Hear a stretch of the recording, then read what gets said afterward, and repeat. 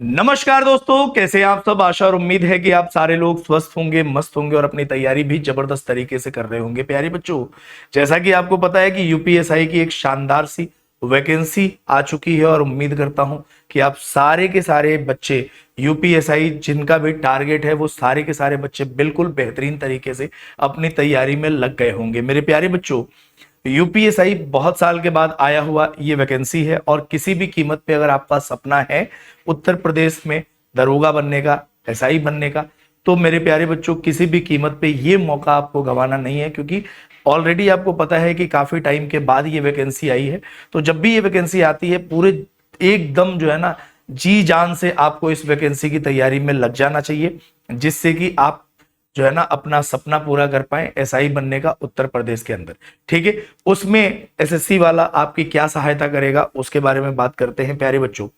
तो जैसा कि आपको दिख रहा होगा UPSI 2025 reasoning complete one shot, तो इसका इंट्रोडक्शन की क्लास है और 100% आपको ये बहुत अच्छे से पता है कि एसएससी वाला आपके तैयारी में हर कदम पर आपके साथ है, रहेगा आगे भी। तो यूपीएसआई की जो ये वैकेंसी है उसमें हम आप अपनी तरफ से आपको क्या सहायता करने वाले हैं, किस तरीके से आपकी तैयारी को और भी मजबूत और बेहतरीन बनाने वाले हैं, उसके बारे में आज की क्लास में हम डिस्कशन करने वाले हैं। प्यारे बच्चों, सबसे पहले अगर हम बात करें तो यूपीएसआई के रिक्रूटमेंट की डेट की बात कर लेते हैं कि डेट, क्रूशियल डेट्स कौन कौन से हैं।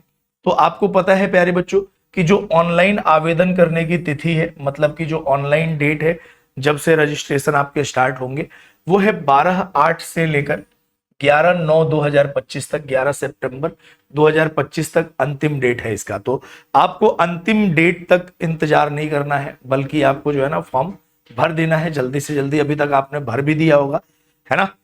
आवेदन शुल्क जमा करने की तिथि आपकी 12/8 से लेकर सेम डेट है 11/9/2025 और जमा किए गए शुल्क के समायोजन की तिथि है 12 अगस्त से लेकर 13 सितंबर 2025 तक। अभ्यर्थी को आवेदन करने से पूर्व ओटीआर मतलब वन टाइम रजिस्ट्रेशन करना अनिवार्य होगा। तो आप ओटीआर कर लिए होंगे, कर नहीं पाए होंगे अभी तक, तो कर लेना ओटीआर जल्दी से जल्दी और जल्दी से जल्दी अपना फॉर्म सबमिट कर देना। ठीक है भाई। उसके बाद कुछ डिटेल्स की अगर हम बात करें तो ये शासन की तरफ से आदेश है और कितनी कितनी वैकेंसीज हैं उसके बारे में दिया गया है, लेकिन मेजरली इसमें सिलेबस आपका क्या क्या होता है, कौन कौन से विषय से आपके एग्जाम में प्रश्न पूछे जाते हैं, उसके बारे में बात करते हैं, जो एग्जाम का पैटर्न।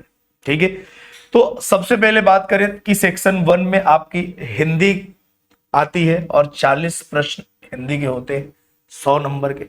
सेक्शन 2 में आपका मूल विधि, संविधान और सामान्य ज्ञान जीके जीएस, या फिर आपका कॉन्स्टिट्यूशन और मूल विधि से क्वेश्चन पूछे जाते हैं, 40 प्रश्न होते हैं, ये भी 100 नंबर के। उसके बाद से प्यारे बच्चों आपका मैथ्स आता है, ठीक है, 40 प्रश्न होते हैं 100 नंबर के। और उसके बाद आपकी रीजनिंग आती है, वो भी 40 प्रश्न होते हैं 100 नंबर के होते हैं। टोटल 400 प्रश्न का ये 400 नंबर का ये क्या है, पूरा का पूरा आपका एग्जाम होता है और कुल आपके सामने 160 प्रश्न, 160 क्वेश्चन आपसे पूछे जाते हैं। इसमें अगर हम बात करें कि रीजनिंग सेक्शन का सिलेबस क्या होता है, रीजनिंग सेक्शन में क्या क्या चीजें आपसे पूछी जाती हैं आपके एग्जाम के दौरान, तो रीजनिंग सेक्शन की प्यारे बच्चों अगर हम बात करें तो उसके पहले अगर हम बात कर लेते हैं यूपीएसआई का सिलेक्शन प्रोसेस क्या होता है, कि सिलेक्शन कैसे होता है, कौन कौन से चरण आपको क्लियर करने होते हैं। ठीक है, तो सबसे पहले आपको ऑनलाइन एग्जाम देना होता है, ऑनलाइन रिटन एग्जाम आपका होगा, सीबीटी बोलते हैं इसको। उसके बाद से आपका डॉक्यूमेंटेशन होगा, मतलब डॉक्यूमेंट्स जो जो जरूरत होगी और जो जो रिक्वायर्ड होगी उसको मांगेंगे, और फिजिकल स्टैंडर्ड टेस्ट होगा। उसके बाद से आपका फिजिकल एफिशिएंसी टेस्ट होगा, है ना, और सबसे लास्ट में आपका मेडिकल एग्जाम होगा और उसके बाद कैरेक्टर वेरिफिकेशन करेगी पुलिस और उसके बाद आपको ये नौकरी मिलेगी। तो 4 चरण है आपके। सबसे पहले ऑनलाइन एग्जाम देना पड़ेगा, फिर आपका डॉक्यूमेंटेशन और पीएसटी फिजिकल स्टैंडर्ड टेस्ट होगा, आपके हाइट वाइट देखा जाएगा। उसके बाद फिजिकल एफिशिएंसी टेस्ट जो इनमें दौड़ भाग होता है वो आपसे करवाया जाएगा, और अंतिम में मेडिकल एग्जाम और उसके बाद से आपका डॉक्यूमेंट वेरिफिकेशन होगा। ठीक है, इसमें अगर हम रीजनिंग के सिलेबस की बात करें प्यारे बच्चों कि रीजनिंग में सिलेबस क्या क्या है, तो देखो मैंने आपको पहले भी बता रखा है, अभी भी बता रहा हूं कि वनडे कॉम्पिटिटिव एग्जाम में, ठीक है, जो सिलेबस होता है ना रीजनिंग का, वो कट कॉपी पेस्ट के माध्यम से हर एक एग्जाम में डाला जाता है। जैसे अगर आपको देखना हो कि भाई यही सिलेबस और कहां कहां है, तो आप जाके एसएससी का कोई भी एग्जाम उठा लेना, सिलेबस देखना, यही सेम पूरा का पूरा सिलेबस आपको दिखेगा। सेम आपके यूपी एसआई में दिखेगा, यूपी कांस्टेबल में दिखेगा, और वनडे एग्जाम जैसे आप रेलवे वगैरह का एग्जाम देते हैं वहां पे भी आपको सेम टू सेम सिलेबस दिखेगा। तो सबसे इंपॉर्टेंट है कि सर सिलेबस तो सब में ही लगभग सेम है ना, सिलेबस लगभग ही सब में सेम है, तो हम कैटेगराइज कैसे करें? तो ध्यान रखिएगा, हमेशा आपको क्या करना होता है कि प्रीवियस ईयर क्वेश्चंस देखने होते हैं। जैसे मान लो कि एसएससी का भी यही सिलेबस है, रेलवे का भी यही सिलेबस है, और आपका यूपीएसआई का भी यही सिलेबस है, कांस्टेबल का भी यही सिलेबस है, दिल्ली पुलिस का भी यही सिलेबस है। ठीक है, तो आप कैसे पता करें कि कौन कौन से टॉपिक से कितने कितने प्रश्न आते हैं, और कौन से टॉपिक हमारे लिए महत्वपूर्ण है, और कौन से टॉपिक को हम अगर ना भी पढ़ें तब भी हमारा सिलेक्शन में कोई दिक्कत नहीं आएगी। ठीक है, तो मेरे प्यारे बच्चों, उसके लिए आपको प्रीवियस ईयर क्वेश्चन पेपर जरूर देखना होता है। प्रीवियस ईयर क्वेश्चन पेपर में क्या होता है, आपको एक आइडिया लग जाता है कि किन किन टॉपिक्स से क्वेश्चंस ज्यादा एग्जाम में पूछे जा रहे हैं। वो टॉपिक्स ऑब्वियस सी बात है आपके लिए बेहद इंपॉर्टेंट होते हैं, और उन टॉपिक्स की अच्छे तरीके से आपको तैयारी करनी होती है। जैसे अगर आप यूपीएसआई के एग्जाम की बात करें तो उसमें बहुत अलग अलग, जैसे मान लो कि उसमें जो क्वेश्चंस पूछे जाते हैं, प्रॉब्लम सॉल्विंग्स के क्वेश्चन ज्यादा पूछे जाते हैं, कहने का मतलब स्टेटमेंट बेस्ड वाले क्वेश्चन भी पूछे जाते हैं, नंबर से रिलेटेड क्वेश्चन, अल्फाबेट से रिलेटेड क्वेश्चन तो सारे एग्जाम में पूछे जाते हैं। साथ ही साथ प्यारे बच्चों, कुछ ऐसे टॉपिक हैं जिनको और कोई कॉम्पिटिटिव एग्जाम नहीं पूछता है उस टॉपिक से क्वेश्चन, लेकिन यूपीएसआई में क्वेश्चन पूछे जाते हैं।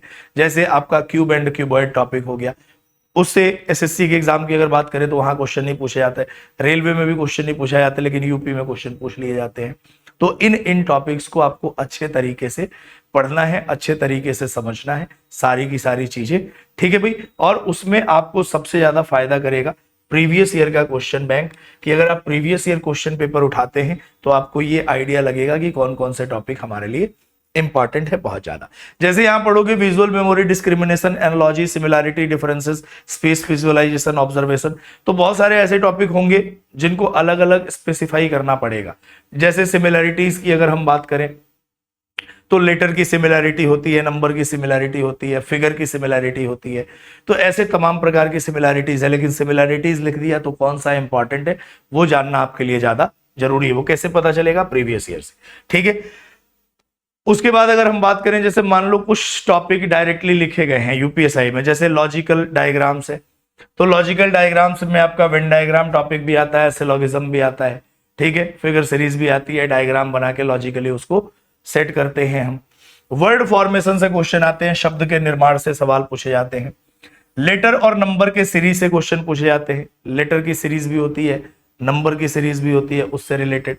वर्ड एंड अल्फाबेट लिखने के साथ साथ अब इसने ये डिफाइन कर दिया कि वर्ड से रिलेटेड क्वेश्चन में आपका वर्ड क्लासिफिकेशन होता है, शब्दों का वर्गीकरण, वर्ड एनालॉजी होती है, शब्दों की सादृश्यता होती है, अल्फाबेट से रिलेटेड का मतलब कोडिंग डिकोडिंग हो गया आपका। साथ ही साथ प्यारे बच्चों आपका लेटर सीरीज, मतलब जितने भी अल्फाबेट से रिलेटेड टॉपिक है उसमें लेटर सीरीज भी है, ये सारी की सारी चीजें इसी में इंक्लूड हो गई। एनालॉजीज भी आपको पता है 3 प्रकार की होती है, लेटर एनालॉजी, वर्ड एनालॉजी और नंबर एनालॉजी। यहाँ डायरेक्ट लिखा गया फिगर एनालॉजी, तो यहाँ डायरेक्ट लिखा गया एनालॉजी, तो आपको चारों पार्ट पढ़ना है, लेटर, नंबर, फिगर या फिर वर्ड, ये सारी एनालॉजी। कॉमन सेंस टेस्ट होता है, बहुत सारे क्वेश्चन कॉमन सेंस के आधार पे आते हैं, वो आपका पूछा जाएगा, या फिर आप कह सकते हैं कॉमन सेंस के आधार पे आपके लॉजिकल क्वेश्चंस, लॉजिकल रीजनिंग के क्वेश्चंस पूछे जाते हैं, जैसे स्टेटमेंट बेस्ड क्वेश्चंस पूछे जाए, वो भी तो आप कॉमन सेंस के आधार पे ही सॉल्व करते हो, है कि नहीं? जैसे स्टेटमेंट, असम्पशन, स्टेटमेंट, कंक्लूजन, इस टाइप के क्वेश्चंस होते हैं। लेटर एंड नंबर कोडिंग, तो ये कोडिंग को अलग से डिफाइन किया कि लेटर कोडिंग से रिलेटेड भी क्वेश्चन पूछेंगे, नंबर कोडिंग से रिलेटेड क्वेश्चन भी पूछेंगे। डायरेक्शन से रिलेटेड क्वेश्चन, क्लासिफिकेशन, अब सॉरी कोडिफिकेशन है, लॉजिकल इंटरप्रिटेशन ऑफ डाटा, उसके बाद फोर्सफुलनेस ऑफ आर्ग्यूमेंट, सीधा सीधा लिखा गया है, डिटरमाइनिंग इंप्लाइड मीनिंग्स, ठीक है, सिंबल रिलेशनशिप इंटरप्रिटेशन, ये सारा का सारा क्या है आपका सिलेबस है जिससे आपके एग्जाम में क्वेश्चन पूछा जाता है। लेकिन इतना सिलेबस लिखने के बावजूद बहुत सारे टॉपिक्स के बारे में आप समझ ही नहीं पा रहे, सोच ही नहीं पा रहे, तो मैंने क्या बोला, मैंने आपको बोला ना कि सबसे बेस्ट तरीका क्या है, प्रीवियस ईयर क्वेश्चन पेपर को देखना और एनालाइज करना कि कौन सा टॉपिक आपके लिए सबसे ज्यादा महत्वपूर्ण है। ठीक है, इसको एनालाइज करना बहुत ज्यादा आपके लिए जरूरी है, तो प्रीवियस ईयर क्वेश्चंस भी देखते रहिएगा।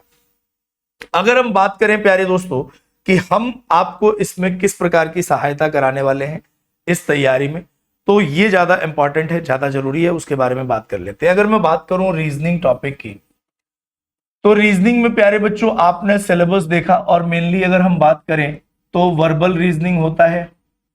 ठीक है, रीजनिंग में नॉन वर्बल रीजनिंग आती है, फिगर से रिलेटेड क्वेश्चन, और साथ ही साथ आपका एनालिटिकल एंड लॉजिकल रीजनिंग आती है।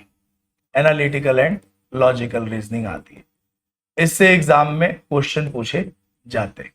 ठीक है जी।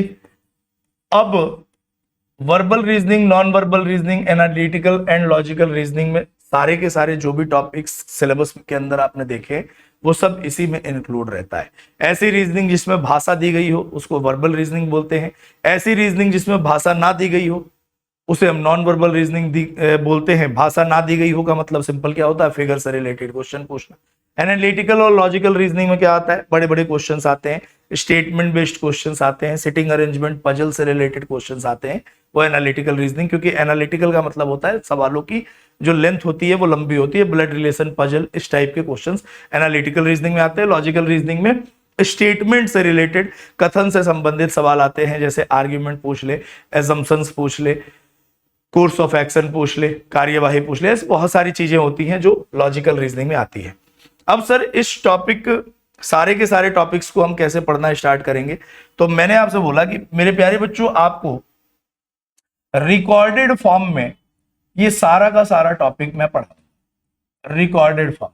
ठीक है, जैसे मान लो आपकी आधे घंटे की जैसे पूरा का पूरा वीडियो होगा, ऐसा नहीं होगा कि आपको कुछ कुछ बातें बताई जाए कुछ ना बताई जाए, ऐसा बिल्कुल नहीं है। कंप्लीट टॉपिक मैं आपको पढ़ाऊंगा। जैसे मान लो मैंने कोई टॉपिक स्टार्ट किया, टॉपिक मान लो मैंने स्टार्ट किया काउंटिंग ऑफ फिगर्स।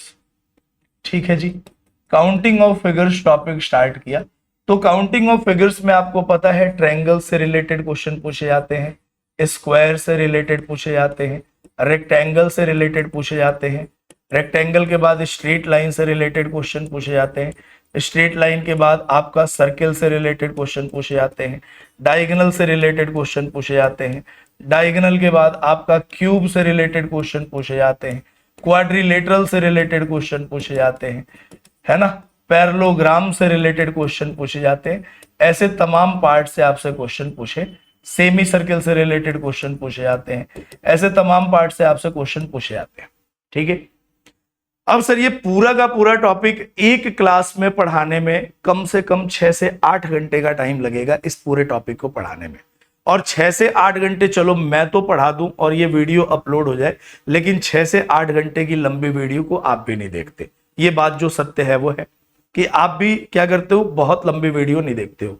तो आपके लिए राह आसान कैसे बनाए, तो मैं अगर मान लो counting of figure topic start करूंगा तो डेली आपको जो है ना आधे घंटे की वीडियो, डेली 30 मिनट की वीडियो आपको प्यारे बच्चों आपके वीडियो सेक्शन में जब आप जाएंगे ना प्लेलिस्ट में, तो वहां पे यूपीएसआई का आपका प्लेलिस्ट बना होगा, उसके वीडियो सेक्शन में रीजनिंग की डेली आधे घंटे की टॉपिक वाली क्लास आपकी होगी। टॉपिक वाइज क्लास डेली आधे घंटे की अपलोडेड होगी, और आधे आधे घंटे कर करके मैं सारे के सारे पार्ट को आपका यहां अपलोड करवा दूंगा। तो अगर मान लो कि किसी बच्चे को स्क्वायर के सवाल करना आसान होता है, स्क्वायर के क्वेश्चंस वो कर लेगा, तो भाई स्क्वायर अगर आधे घंटे में पढ़ा है तो आप इसे स्किप करके रेक्टेंगल नहीं आता वो पढ़ सकते हो, या फिर रेक्टेंगल को आता है तो क्वाड्रिलेटरल पढ़ सकते हो। तो आधे आधे घंटे से क्या होगा कि एक तो वीडियो छोटी होगी तो पढ़ने की इच्छा आपकी ज्यादा होगी कि चलो आधे घंटे का टाइम लेके देख लेते हैं पूरा वीडियो, कॉन्सेप्ट सीख लेते हैं और उस कॉन्सेप्ट को सीखने के बाद अपनी प्रैक्टिस कर लेंगे। तो साथ ही साथ आपको ध्यान रखना इस 30 मिनट की क्लास में कॉन्सेप्ट भी होगा, और कॉन्सेप्ट के साथ साथ उसी पार्ट से जो कॉन्सेप्ट मैं कराऊंगा उसी से रिलेटेड क्वेश्चंस भी आपको होंगे। तो आपकी कॉन्सेप्चुअल क्लियरिटी भी होगी और साथ साथ आप क्वेश्चंस भी सॉल्व कर पाएंगे। मतलब आपके कॉन्सेप्ट भी क्लियर होंगे, और क्वेश्चंस भी सॉल्व होंगे। ये आपको डेली नियमित तौर पे वीडियो सेक्शन में एक वीडियो अपलोड हो जाएगी टॉपिक की, और जब वो टॉपिक जैसे मान लो ये काउंटिंग ऑफ फिगर टॉपिक खत्म हो गया तो उसके बाद मैं कोई टॉपिक जैसे मान लो क्यूब एंड क्यूबॉइड स्टार्ट करूंगा, तो क्यूब एंड क्यूबॉइड टॉपिक के भी पहले कॉन्सेप्ट मैं बताऊंगा, क्यूब से रिलेटेड कॉन्सेप्ट, उससे रिलेटेड क्वेश्चंस, फिर क्यूबॉइड से रिलेटेड कॉन्सेप्ट, फिर उससे रिलेटेड क्वेश्चंस, ठीक है। तो ये सारा का सारा आपको वीडियो सेक्शन में मिलेगा। तो आप अपनी तैयारी के लिए एक तो आपके ऊपर जो है ना बंदिश नहीं रहेगी कि आपको इसी टाइम पे जाके YouTube पे क्लास करनी ही है, ये वाली बंदिश खत्म हो जाएगी। आपको जब पूरे दिन में टाइम मिलता है तो आप अपना वीडियो सेक्शन खोला, अगर आपको रीजनिंग के कॉन्सेप्ट पढ़ने हैं, उसके क्वेश्चन सॉल्व करने हैं, आपने रीजनिंग वाला प्लेलिस्ट खोला और वहां से जो कॉन्सेप्ट जो टॉपिक आपको पढ़ना है कंप्लीट टॉपिक मैं अपनी तरफ से कॉन्सेप्ट और प्रैक्टिस के साथ यहां पे अपलोड करूंगा। आपको उस टॉपिक को देखना है और अपनी प्रैक्टिस शानदार तरीके से करनी है, ठीक है। तो ये सहायता एसएससी वाला की तरफ से आपको मिलेगा कि पूरा का पूरा कॉन्सेप्ट अगर आपने अभी तक नहीं पढ़ा है तो पूरा का पूरा कॉन्सेप्ट आपको मिलने वाला है, और कॉन्सेप्ट के साथ साथ आपकी अपनी खुद की प्रैक्टिस भी बेहतरीन होती चली जाएगी। तो ये उन बच्चों के लिए जो इत्मीनान से एकदम तैयारी करना चाहते हैं, जिनको पूरा सिलेबस चाहिए और पूरा सिलेबस में हर एक पॉइंट बेसिक तरीके से आपको बता के समझा के सिखा के और तब आगे बढ़ने की बात हो, वो सारी की सारी चीजें आपको इस प्लेलिस्ट में मिलेंगी, इस रिकॉर्डेड सेशन में मिलेंगी। रिकॉर्डेड सेशन की एक और खास बात होती है कि जब हम रिकॉर्डेड सेशन पढ़ा रहे होते हैं ना, तो हमारे ऊपर भी एक एक्स्ट्रा प्रेशर नहीं होता है कि हम वैसे ही क्वेश्चन करवाएं जिससे ज्यादा बच्चे हमसे जुड़े। हम वैसे क्वेश्चन भी करवाएंगे जो आपके एग्जाम के लिए इंपॉर्टेंट होगा, आपके लिए बोरिंग लगेगा और वो आपको पढ़ना पड़ेगा। क्यों? क्योंकि वो आपके एग्जाम के लिए जरूरी है। तो वैसा प्रेशर हमारे ऊपर से खुद से भी खत्म हो जाता है कि अगर हम मान लो लाइव में पढ़ा रहे हैं, वो बहुत सारे बच्चों को वो समझना चाहते नहीं है क्योंकि सवाल बड़ा है, वो चाहते हैं कि छोटे छोटे प्रश्न हो, लेकिन मुझे लगता है कि ये एग्जाम के लिए इंपॉर्टेंट है। अगर मैं उसको करवा रहा हूं, उससे बच्चे भाग रहे हैं, तो एक नैतिक मतलब एक जो है ना प्रेशर हमारे ऊपर भी पड़ जाता है कि यार हम वही क्वेश्चन करवाएं कि बच्चे ना भागे। तो इस केस में, इस वीडियो क्लास में या इस रिकॉर्डेड सेशन में ऐसी कोई बात नहीं है। आपको वो सारे कॉन्सेप्ट चाहे अच्छा लगे चाहे ना भी अच्छा लगे, लेकिन एग्जाम के लिए इंपॉर्टेंट है, वो सारा का सारा इसमें इंक्लूड किया जाएगा, ठीक है जी। तो ये आपका पूरा का पूरा क्या है, पूरा जो है ना हमारी प्लानिंग है आपको अच्छे तरीके से, बिल्कुल बेहतरीन तरीके से आपको सारा का सारा कॉन्सेप्ट वाइज क्लास प्रोवाइड कराने की और साथ साथ उनसे रिलेटेड सवालों की प्रैक्टिस की क्लास देने की, ठीक है जी। और ये आपका टाइम टेबल है प्यारे बच्चों। तो आप ये मत समझना कि ये जो है ना इस टाइम पे आपको जुड़ना ही है, इस टाइम पे आपकी ये क्लास लाइव हो जाएगी, ठीक है भाई। तो आप जाके प्लेलिस्ट में अपनी क्लास देख सकते हैं। 4 बजे आपकी रीजनिंग की क्लास अपलोड होगी, 5 बजे हिंदी की होगी, 6 बजे मैथ्स की होगी और 7 बजे जीके जीएस की होगी, ठीक है। ये आपका फ्री का टाइम टेबल है, आप जाके वहां से अपने वीडियोस को देख सकते हैं। कॉन्सेप्ट भी होंगे, साथ साथ प्रैक्टिस क्वेश्चंस भी होंगे, ठीक है। उसके अलावा आपको पता है कि एसएससी के सभी बैचेस या महापैक पर 85% का ऑफ चल रहा है। तो अगर आप एसएससी के एग्जाम की भी तैयारी करना चाहते हैं तो आप इस ऑफर का लाभ उठा सकते हैं। अगर आप डेडिकेटली यूपीएसआई के एग्जाम की तैयारी कर रहे हैं, उसका भी बैच अवेलेबल है और साथ ही साथ आपको रिकॉर्डेड फॉर्म में भी बैच अवेलेबल है। तो आप जहां भी चाहें अच्छे तरीके से अपनी तैयारी करें और जल्दी से जल्दी सफल हो। प्यारे बच्चों, यही बात आपको बतानी है। कल से आपकी क्लासेस स्टार्ट हो जाएंगी, तो कल से आपको डेली बेसिस पे आपको आधे घंटे की एक रिकॉर्डेड वीडियो मिलनी स्टार्ट हो जाएंगी। आपको उसके कॉन्सेप्ट सीखने अच्छे तरीके से और ईमानदारी से पढ़ना है जी। आपके लिए ये सारा मेहनत किया जा रहा है, तो आपको अपनी तरफ से ईमानदारी से पूरा का पूरा सेशन अच्छे तरीके से पढ़ना है, अच्छे तरीके से सीखना है, समझना है। और जहां भी कहीं डाउट हो तो वही कमेंट सेक्शन में आपको डाउट भी लिखना है, जिससे कि हम जब देखें तो हमें लगे कि हाँ बच्चा पढ़ रहा है और उसके अगर कोई डाउट आ रहे हैं तो आपके कमेंट के माध्यम से रिजॉल्व करवाया जाए, ठीक है जी। तो ये कल से आपकी क्लासेस स्टार्ट होंगी। उम्मीद है कि आप एक्साइटेड होंगे और कल से आप अपने सिलेबस के अकॉर्डिंग जो जो टॉपिक्स इंपॉर्टेंट हैं उसके अकॉर्डिंग आप कल से पढ़ना स्टार्ट कर देंगे, कॉन्सेप्ट और साथ साथ प्रैक्टिस है, ठीक है। आज के लिए इतना ही, मिलेंगे कल से रेगुलर क्लास में। तब तक अपना ख्याल रखिएगा। नमस्कार, जय हिंद।